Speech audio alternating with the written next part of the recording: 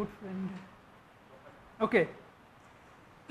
So in the morning we like you heard about glass transition a lot. Srikanth talked about little bit, and then went into discuss jamming in a somewhat different perspective, and then Ranjini talked about glass transitions in Laponite and also aging. But in this talk I will discuss glass transition from liquid side, when the liquid is approaching. Is it okay or is it echoing too much? It's fine. And we already know that from the discussion it was felt, you probably already realized that glass transition itself is a issue which is not been resolved, and there are lots of debates and there are lots of questions, and it's not clear whether there is a transition or not. And in the today's talk, so this random pin has some hope to give us ideal glass transition, and I will tell you some of the works we have done along those lines. So first couple of slides I can easily skip, but if you want I can go through it, but I think it's better to skip it because you already heard about all of this. Cool the liquid rapidly, go to a glassy state, and viscosity goes up many orders of magnitude if you change the temperature by few degrees. And also the typical correlation function shows some characteristic property which are not seen in normal liquids. So this dashed line will be for a normal high temperature liquid, that is like a normal exponential relaxation. But if you go to supercooled liquid which approaches so called glass state, then it has a two-step relaxation process. One is very fast, which is, so this stage which is somewhat ballistic, which is not of very importance, it's not very important, and then there is an apparent plateau. Plateau is not a real plateau, it's actually slanted. So there are relaxation happening, and that's a regime which is called beta relaxation, also very controversial, and these things are not very clear, and then eventually the correlation function decays at longer time scale. Sorry. So that's called alpha relaxation time. Okay. So there is a clear cut difference between a beta and alpha is not very clear, as you probably saw already in Ranjini's talk, but I will be in this talk I will be only focusing on alpha relaxation, and then the related story. There was a cat. Huh? Monkey. Okay. He also interested to do glasses, yes. Okay, so the other puzzle is what is the glass transition problem itself. If you take a liquid cool rapidly, then over this temperature range you see that this was like a melt, and then you go to a glassy state. The typical pair correlation function, the structural property does not change significantly. So this curves are shifted just to show you that there is hardly any difference. But then if you calculate the viscosity changes by many orders of magnitude. Actually goes from something like 10 to the say order 1, let's say from here, or 10 to the minus 2 to something like 10 to the 12 or 13. So 14 orders of change in viscosity without any significant change in structural property, at least in 2-point correlation function. So that's the puzzle.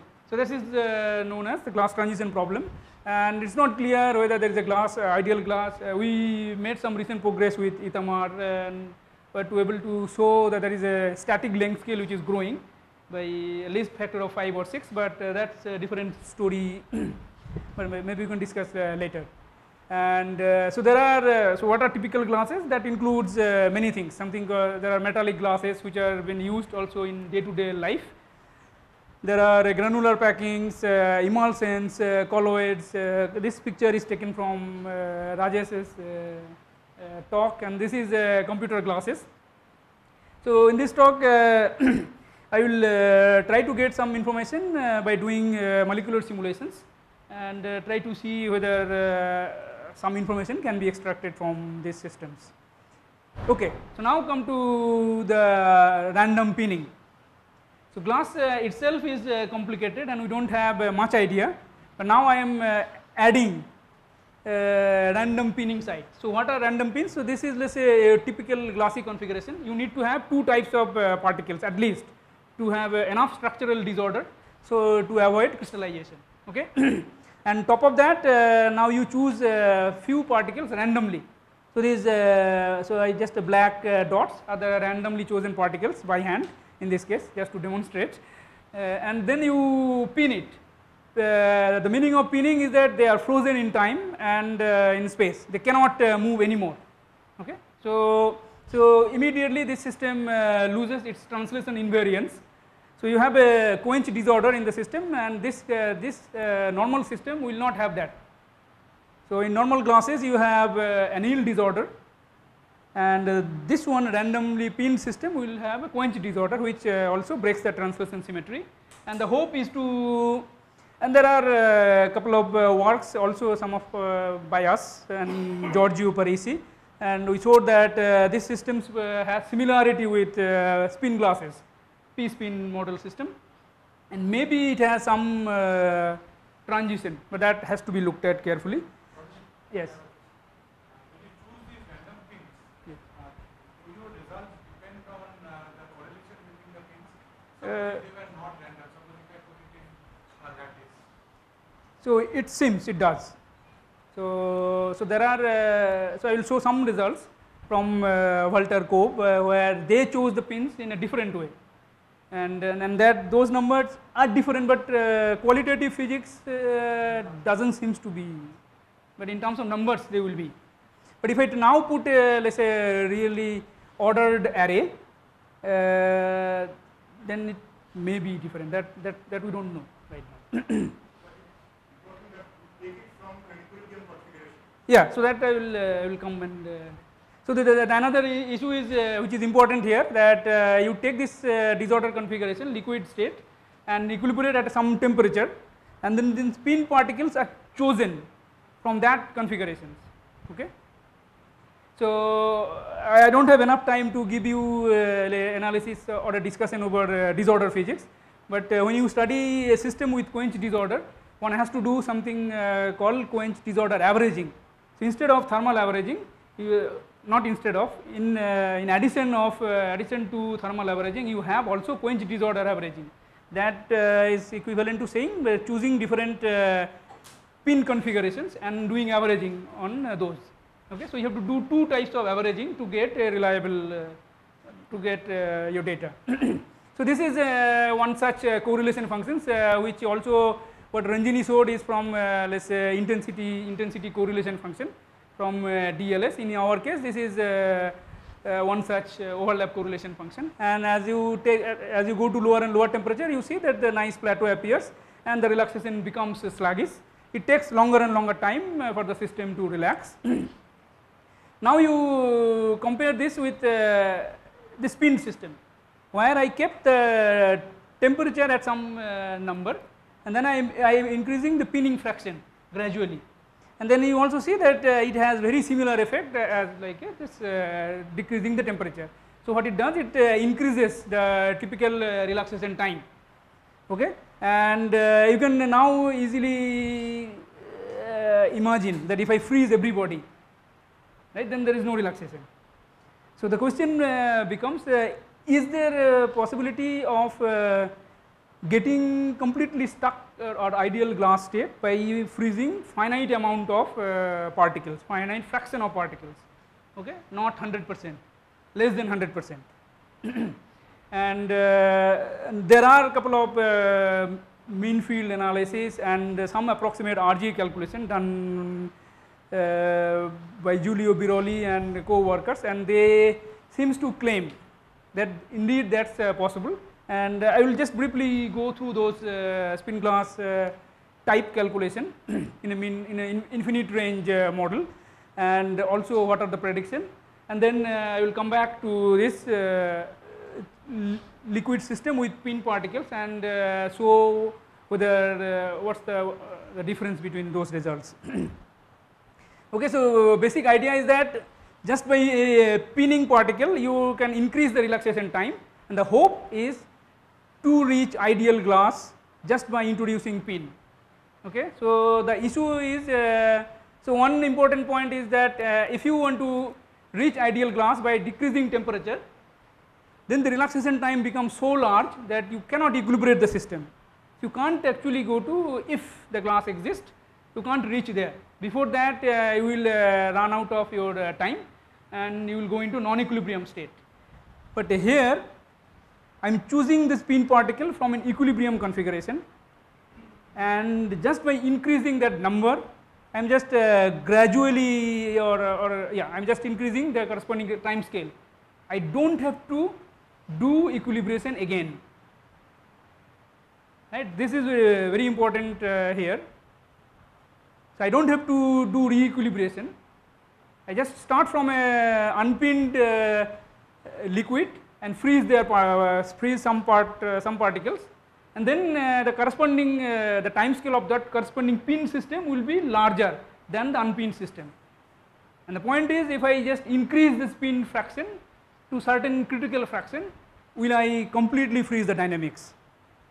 In that way I am just bypassing the slowing down and then just reaching the glass state just by doing a pin, which does not involve equilibration further, but it requires also to do disorder averaging. So that is equivalent to doing like you do ensemble average instead of time average. Okay. So that is the idea. Okay, let us go through some of that mean field calculation done by Chiara Camarota and Giulio Biroli in this PNS paper in 2012. So they took I think the p-spin model and also some random energy model which can be solved exactly, but that is in the mean field limit, and found that if you calculate this is another term which I need to describe. This is Srikanth did not describe. So this is something called configurational entropy, and that is related to, in some sense, the amount of accessible phase space you have. So log of that gives you the configurational entropy. Okay, so basic idea is that you calculate. So configurational entropy is given by this SC is like you calculate the bulk entropy, and then from there you just subtract the corresponding crystal entropy. Okay, let us just to put in a simpler way, but this is somewhat more tricky. And what in those mean field calculation gave us is that the configurational entropy with pinning actually goes down from its unpinned value. That is something which is expected, right? If you have a system where and then you free some degrees of constraint, then your accessible phase space will be restricted, and it is natural to assume that your configurational entropy will go down. Okay, so that is but then the specific details of this y of t actually is very important. So here it was chosen that this configurational entropy with pinning will be will go down linearly with pinning density, and y of t will be a weak function of temperature. Okay, but it may but that this is the part which is not very clear whether this is indeed true or not. But if you believe that this is true, then you see that just by changing pinning concentration, assuming y to be weakly temperature dependent, you can go to a pinning concentration where this SC T comma C will go to 0, right, and that number will be this SC T divided by y. For each temperature there will be a pinning concentration where there will be this quantity will go to 0 if this linearity holds all the way up to all values of C. So this may be true for small pinning concentration, but this is what is been assumed, and then you see that if you calculate those configurational entropy and where this quantity goes to 0, you will have relaxation which is infinite, right. If you do not have any accessible configuration, you are stuck to one state, you can't access any other state, then you cannot relax. So that will be your ideal glass. So if you have ideal glass, then your configurational entropy will be 0, right, log of 1 will give you 0. And so this is the, so if you just assume that this linearity holds, and then you can calculate the corresponding temperature as a function of pinning concentration, and that they found that this temperature where this will happen will go up gradually. as a function of pinning concentration, and so this is in the mean field limit. So the point is that the temperature where so called glass transition happens goes up to a higher and higher temperature with increasing pinning, and then if this phase diagram is correct, then if you are at some higher temperature somewhat here where you can still equilibrate your liquid nicely, then you just walk along this line horizontally. Okay, you just walk like this, then you will cut this glass transition line and you will be here in the ideal glass state. Okay, so that was the proposal. And then also there was subsequent analysis which also predicts the existence of another length scale. No, these states are all ideal glass. So these are all ideal glass. So this is the ideal glass transition line. This is the fluid or the liquid part, and this is the glass state. If you are at a higher temperature, when your pinning is very low, then you increase your pinning, then eventually you will hit this glass line, and you can actually be deep into glassy state by just increasing number of pins. The last point is something which is different. Let's not go into those, because even before things are not clear. So it also predicts there is one critical point where this glass transition line, and there is something called dynamical transition temperature which meets, and there is something, this point is called some A3 or A2 singular point, where glass will have different properties. So this I am not very clear about it. Anyway, also corresponding, they also did some approximate renormalization group calculation, which has been also questioned actually by I think Moore and company, and showed that those procedures are actually not correct. But also if you assume that they are even qualitatively right, then also they found that the glass transition temperature increases with pinning strength. Okay, so this mean field and RG seems to be giving you similar qualitative picture, though the curvature is slightly different, but let's not worry about that. And then there was a subsequent simulation done by Walter Kopp and Ludovic Berthier. So this is in 2013.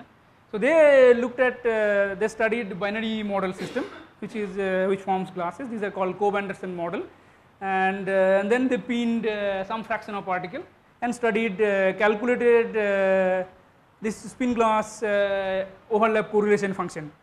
Okay, and then from there let's not discuss in details about what these quantities are, but but they calculated, they found out the corresponding transition temperature from yeah, this is something which is probably important to understand. Okay, so just to quantify where glass transition happens, so what you calculate, you just do spin glass replica calculation, okay, and then calculate overlap between two replicons, and and it was shown in spin glass system that it develops non-trivial distribution. So it was initially one Gaussian and eventually becomes bimodal. Okay, so that gives the signature of this is identical pinning configuration. Yeah.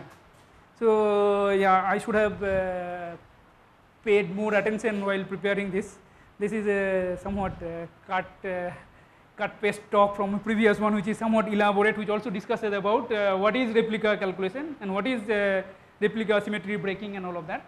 But yeah, for this purpose of the talk, this will not be very important, let's say. So what they found actually numerically from somewhat noisy data and very small system size, that's another important point, actually 64 particle, that was in 2013. And they found that glass transition line actually indeed increases with pinning density. So, so that was somewhat similar to the mean field and approximate RG calculation. And then we thought let's look at this from a dynamic perspective for a bigger system size. And we did also simulations of this Kopp-Anderson model with let's say 1000, 2000 particles. and then also did all the pinning configurations up to 20%, and look at the corresponding time scale and calculated, then fitted it with Vogel-Fulcher thumb unfit, which as we discussed is not the ideal thing, but this gives you an upper estimate of a divergence, is actually overestimate the divergence. So even if you don't have a divergence, this VFT fit will give you some number which is finite. So even if you have a let's say glassy state, a model system where you know that there is no glass transition, so the glass transition temperature is 0, then you calculate time scale as a function of temperature and fit VFT. VFT is something, yeah, I'll write it here.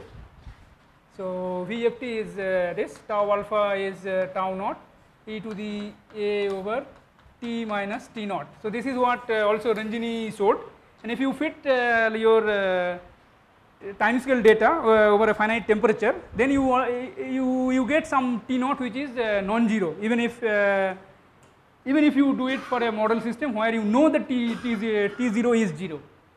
Okay, so Vogel-Fulcher always gives you overestimate. So it cannot, so whatever divergence temperature you get, it cannot be worse than that. Okay, so if you just, so we naively repeated that analysis, and VFT fits are reasonably nice for all pinning densities, and then we calculated the corresponding phase diagram. So calculated the divergence, VFT divergence temperature as a function of pinning density, and it seems that divergence temperature does not depend on pinning concentration. So by the way, as I was telling you, that this is the worst possible case. You may not have any glass transition, but it cannot be worse than this. And there, here you get from a somewhat bigger system size that this apparent divergence temperature is very insensitive to the pinning strength. So this became a surprise for us, because what Walter and Ludovic showed is that indeed the TK calculated from a different point of view or via different calculation was actually increases, right. From the dynamic perspective, though it is a fitting extrapolation, it gives us something which is contrary to that. It is actually very opposite, and also in the same time we realize that with pinning the fragility of the system changes very rapidly. Okay, so this is this angel plot where this is without pin, then as you pin the system, this system becomes more and more strong liquid. So one point I told you that if you have a system where you have constraint and without constraint, in two cases the constraint system should have less configurational entropy. That is the thermodynamic constraint that you cannot violate. But then people will say that now if you go on adding many constraints, then you should actually freeze your dynamics. So this is thermodynamically not consistent, but you can actually show that this is still thermodynamically consistent. There is nothing which stops you from having this picture where divergence temperature does not change with pinning, but fragility changes.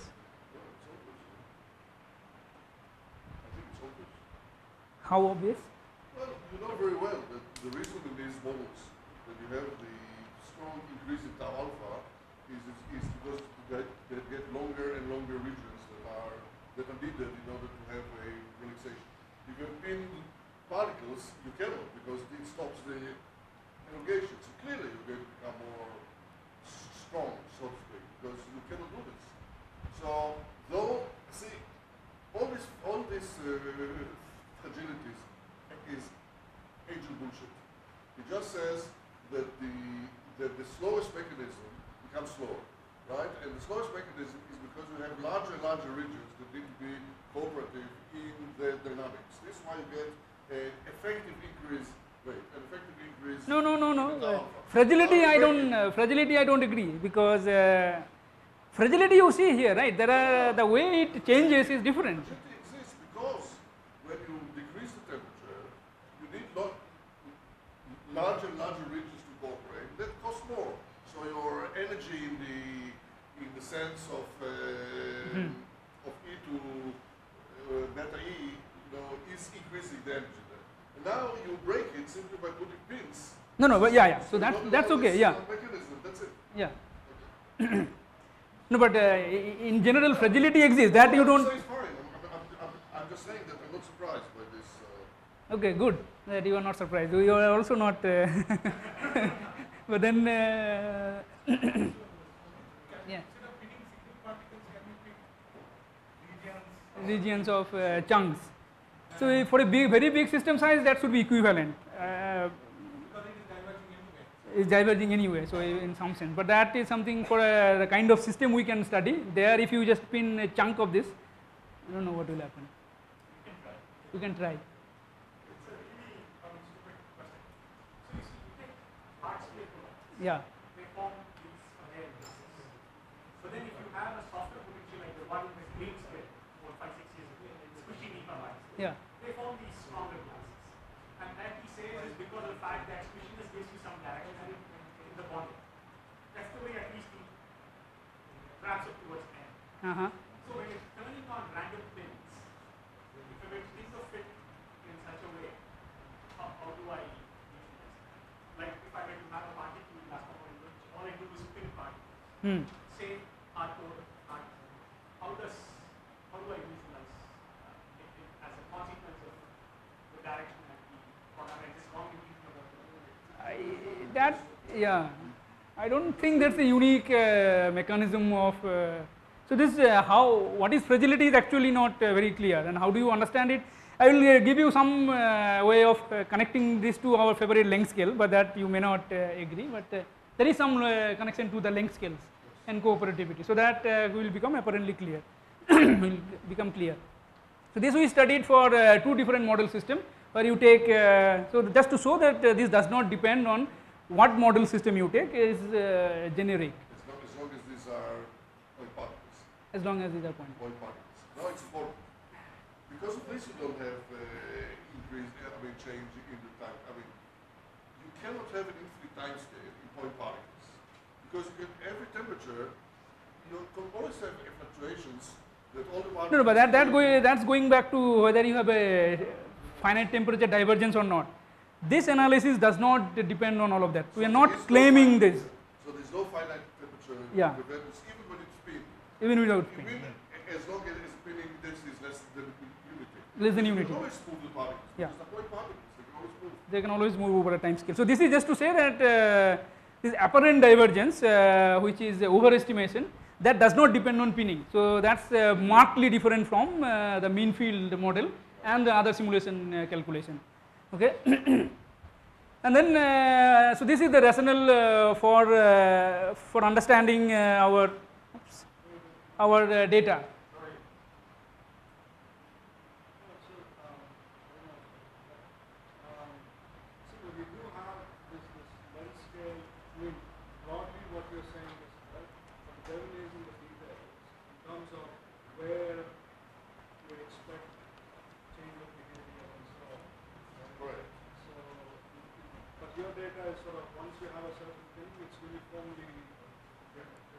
Uniformly pinned, yeah. Yeah, uniformly the dynamics is described by, or you are describing the dynamics by a different fragility, right? Yeah. So, but in principle, if the pinning is defining a length scale, when this intrinsic length scale crosses that value, you should see a change of behavior. Is that something that you have attempted to pull out? I don't think we are in that regime, but reaching that is something which will be difficult. But dynamically it will be impossible, right? Getting a time scale will be very difficult. You can get static information. Calculating entropy and all of that will be fine, but then dynamics and the time scale you cannot get. Because just by pinning, time scale becomes so large that you have to have some correlation function to decay to give you some estimate, right? That is so. If you go to that low temperature where the length scale becomes comparable to the pinning length scale, and then there is a competition. So that regime, I think we are not there, but maybe with very large, around 20% pinning, we may be hitting those. That we haven't looked at probably very carefully. So this is just, so how much time do I have? 15 minutes. They are doing fine. So we just rewrote this entropy part. Before I was writing entropy as a, yeah, so this is important. So the mean field gives you entropy in terms of let's say T and rho. I am just omitting pin. That was like SC at T0 minus rho times Y, with Y of T was very small. And we believe that this has to be something like this, is a multiplicative function f of T in rho pin, and f is something which is weakly dependent on temperature, but somewhat strong function of pin. And then in a linear order this will be obeyed, but then your Y will become proportional to SC. Okay, so this actually, this is an observation, so this is what we are proposing. The SC T comma rho pin is nothing but the TSC at 0 pin, and then there is a function f which continuously goes down with pinning, increasing pinning density. And then if you use something called Adam-Gibbs relation, which connects time scale to entropy, it does not matter what is the actual relationship, as long as there is some relationship, this will hold. And then you just do little bit of algebra and calculate ratio of time scale with pin and without pin for a given temperature. And that if these are all correct, then it will be something like G, which is a function of rho pin divided by TSC0, and in a small pinning regime you can always write in a linear part, the first one is 0. And that so this function ratio of time scale with the pin and unpinned system will be a function like constant times the pinning fraction divided by TSC0 particles. And so this is the figure you should look at. So here this is the configurational entropy plotted as a function of pinning density for a given temperature. You see, as you increase the pinning density, it hits 0 at some pinning fraction. As you do it for a higher temperature, this hits 0 at bigger pinning density. As you go to higher and higher, then the pinning required according to their calculation is becoming more and more.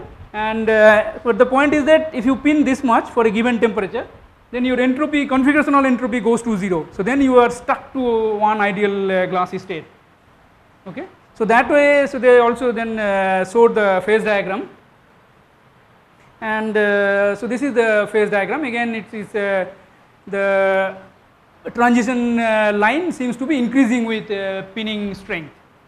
So here the still mean field picture holds, and our analysis seems to suggest that this blue line should be something like this, horizontally. Okay. And then so unless our calculation is completely wrong, or there is some issue about this entropy calculation. So there is one thing which is clear, that there are anharmonic effects which has to be taken seriously, because when your entropy becomes very small, if you do not take anharmonic effects carefully, then you are playing with small numbers, and you see that your entropy actually becomes negative in places. And they also agree that there are anharmonic effects, but it is not clear whether if you just add anharmonic effects, whether this line will become parallel to this or not.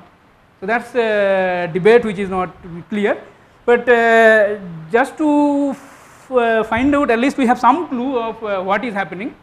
So we simulated the same glass with the same system size at these state points, where let us say given temperature, you around let us say 12% pinning, entropy goes to 0, and at some other temperature around 15% entropy goes to 0. So you just pick up 4-5 state points where according to this calculation entropy has to be 0, so your time scale has to be infinity, and just we did MD simulations, and you see that the typical so these are for a couple of state points, and the corresponding time scales are not infinity, they are order of 10 to the 6 or 7 at max.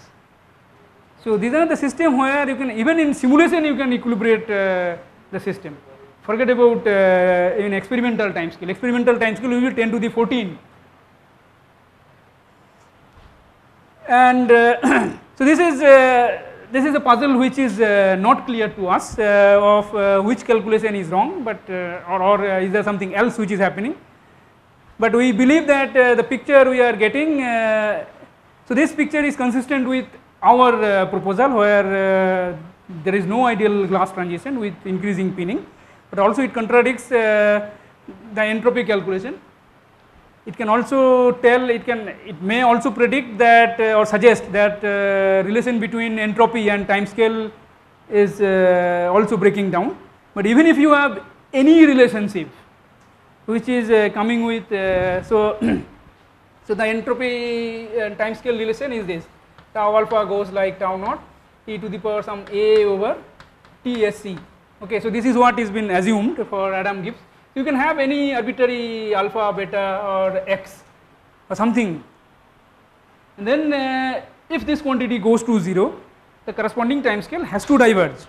It does not matter what form you take, even if it is only kind of power law, not even exponential, then also it will become very large, and our data does not seems to suggest that. 5 minutes, okay. And this is something, so Robert Jack and Ludovic Barther actually did some finite dimensional spin glass calculation with random pins, and they came to conclusion that mean field, MCT and RG calculations are qualitatively different from 3D p spin model, so which seems to suggest that our proposal is probably along those lines. But it still has to be understood why the corresponding entropy calculation was giving apparent entropy vanishing transition. Okay, but that has to be proved. I can argue why it's privatized. Ah.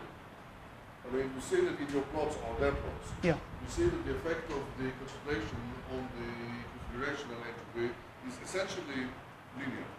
Essentially linear here. It goes down so linearly, and then at the end, who knows? But this linear thing, when we increase system size, the configuration entropy grows much faster than linear with the system size. No, but this is configuration entropy per particle. So, And that's not going to grow with the system size. so here I don't know whether, so there are some finite size effect. Small systems it does grow, but it It will grow, right? I mean, of course, in the thermodynamic limit, it's a number. But when you increase from small systems to small to large systems, Yeah. the increase in the number of configurations is so huge that I believe that your concentration will have to become larger for the same temperature in order to get this 0 SC. No, but so there is a competition here between system size and concentration, which I think it's not obvious. So generally the configurational entropy grows SC as a function of n. So whatever temperature range we can study is something like this, where by around 1000 or 2000 particles this is already saturated apparently. Okay. But here you also assuming C, effectively you're going in that configuration. Yeah. One inspect will become Much more some how extensive.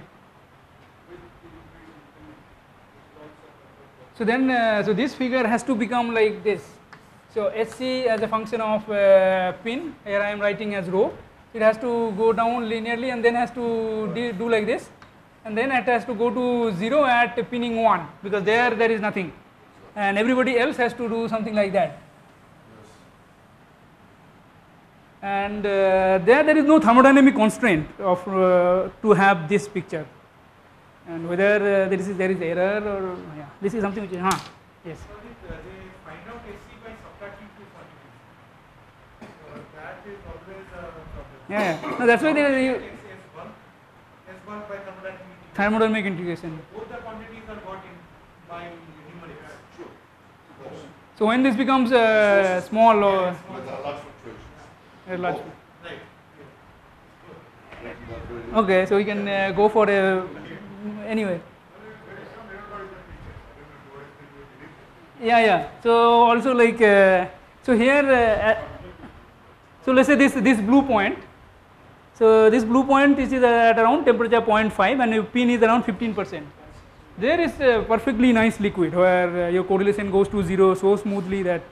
Look, if they get negative numbers, why we should believe the 0?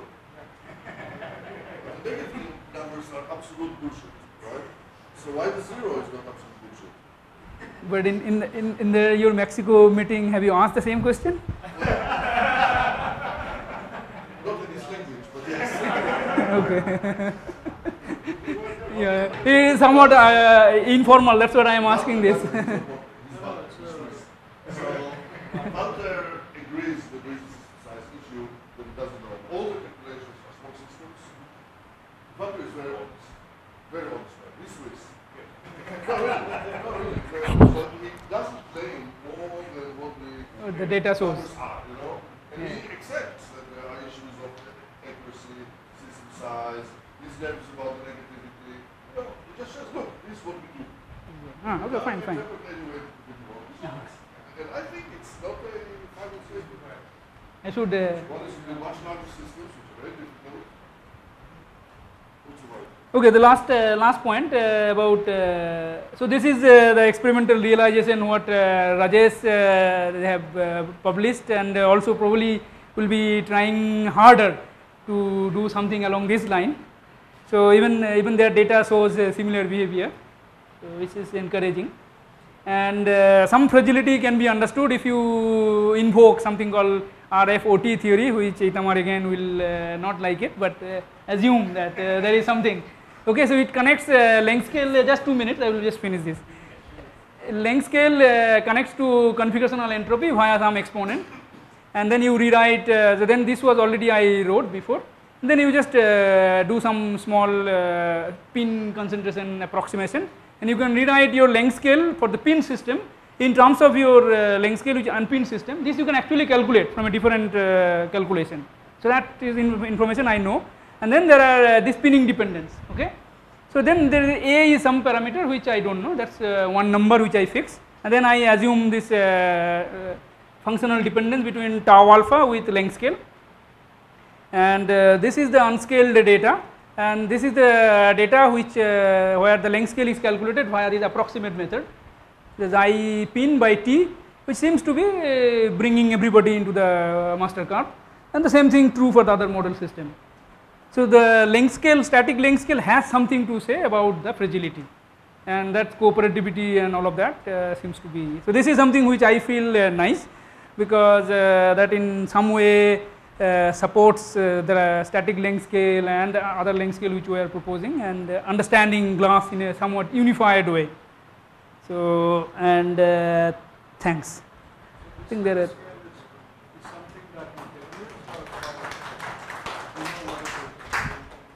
This length scale, just the pin system I don't know, but that I use RFOT to rewrite in terms of pinning approximately. And so this is the length scale for the pin system, but in principle calculating that is also not very difficult. One can, yeah. So this length scale I know from a separate calculation, and pinning I know, and this d is 3, theta is something which is a fixed number for everybody, and I haven't touched it. And A is something which I have to choose once. For 2 pin system I choose one A, and rest is plotted using this. So I just do tau alpha equal to tau naught e to the power xi s. So I plot xi s, psi is 1 also. So I can also play with that, xi s by kbt as a function of log tau alpha, and this xi s is using this approximation.